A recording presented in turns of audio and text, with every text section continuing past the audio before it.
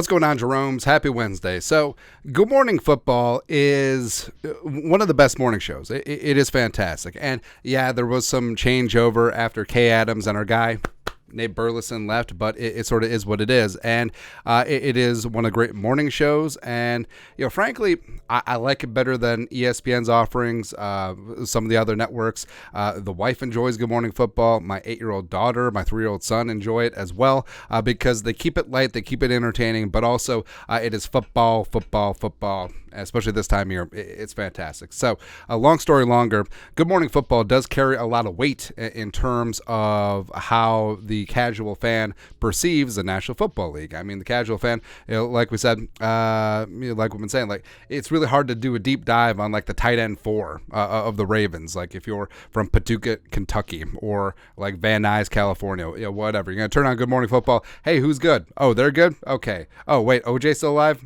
Anyways, but the whole thing is we rally against the national media jabroni haircuts, and we call a spade when it's necessary. And sometimes our Minnesota Vikings, they don't get the love that they deserve. But Good Morning Football respect has generally been fair and showing the Vikings just a smidgen of love. And we'll get into it. So, current host, Jamie Erdahl, who is amazing, the pride of Minnesota, #OneOfUs.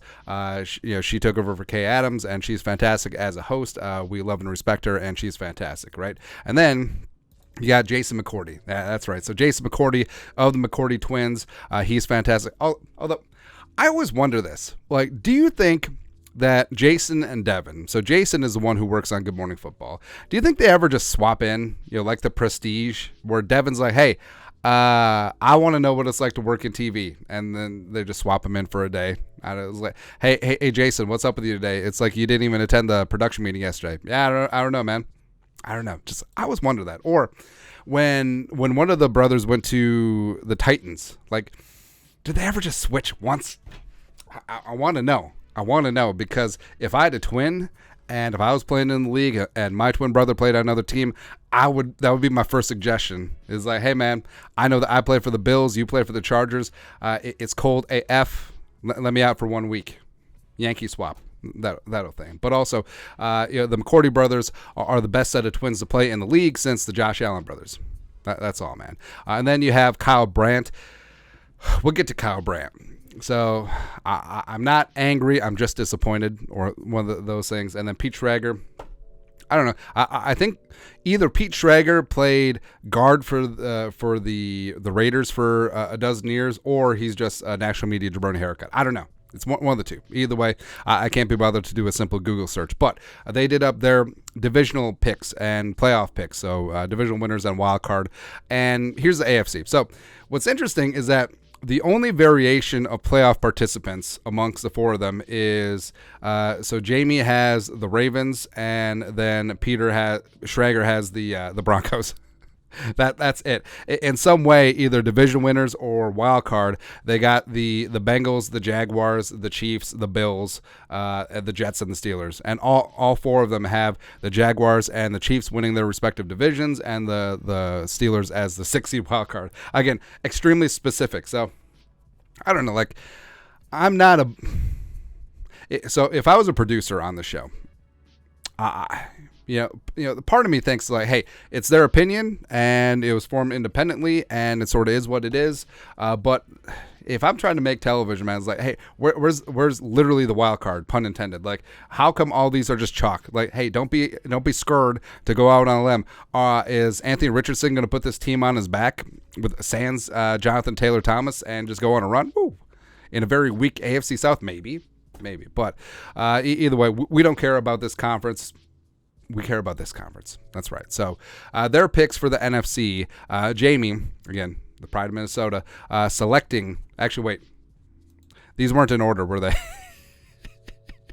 These weren't in order by seed. So no, they did not pick the Steelers as the sixth seed.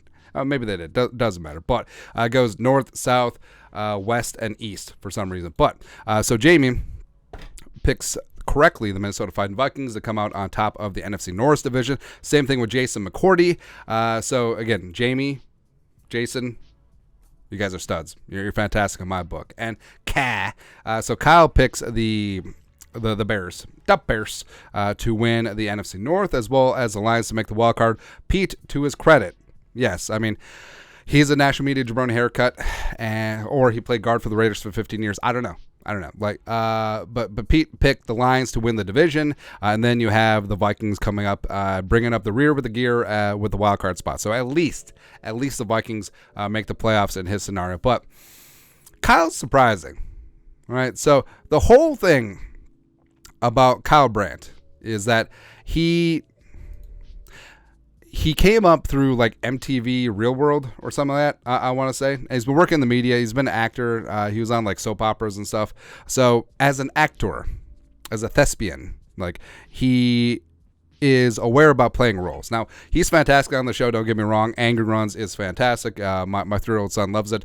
But you will remember that Kyle Brandt last year was all in on the Kirk Cousins hype. Like, he loved the Coles cash. He loved the Kirko chains. He was all in on it, right? He even picked Kirk Cousins to win the MVP, right? And was he just playing a role?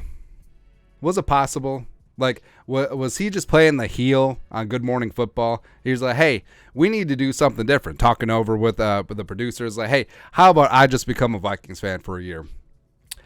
And again, I'm not mad. I'm just disappointed. Actually, I'm a little mad. Actually, my heart, all aortas are just broken, shattered into a million pieces, because I thought you were one of us, Kyle Brandt, but no. Apparently it goes the other way, as he picks the Bears to win the division and the Lions to make the wild card, and the Vikings don't even sniff the postseason, where they probably lose the Giants anyway. But that's besides the point. But doing a further deep dive on Kyle Brandt. So again, maybe it's because the wife and I are watching Jack Ryan, and I've been listening to a lot of Tom Clancy books, but I feel like I should be in the CIA because I'm really good at like cursory Wikipedia searches. But why did Kyle Brandt pick the crooked Chicago Bears to win the NFC North when they're probably going to be 7-10 at best? It's because he was born Hinsdale, Illinois, and also he attended high school in Lincolnshire, Illinois, which is where all of the hobbits look like Abraham Lincoln, Lincolnshire. But also look at the top. Kyle Robert Brandt, KRB, KRB, KRB, KRB, KGB, KGB, KGB. Knew it. He's a double agent. And yeah, it's awesome that he played his college ball at Princeton.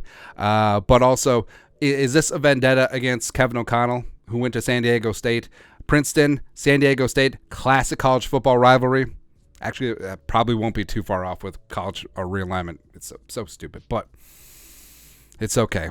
Again, we'll remember the good times when you were playing a double agent, Kyle Brandt. But I don't know. Everyone just made the list. Except for Jamie and Jason. Everyone else made the list. That is all, man. But your thoughts are our thoughts. Good Morning Football split on how they see the Vikings faring in 2023. And also, Kyle, I'm hurt, man. But let us know your thoughts and our thoughts in the comment section below. Subscribe for daily Vikings takes. Want to support the work? Put a little something in the Venmo. But till next time, Skol production value.